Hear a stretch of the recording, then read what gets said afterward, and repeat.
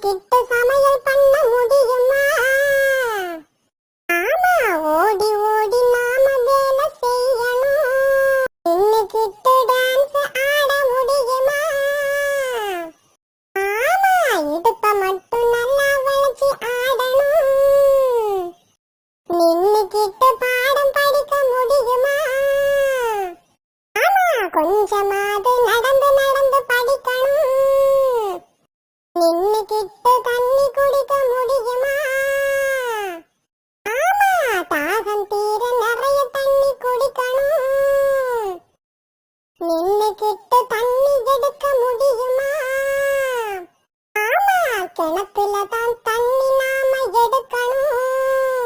நின்னுக்கிட்டு பல்லு தேய்க்க முடியுமா? ஆமா, பேஸ்ட் வச்சு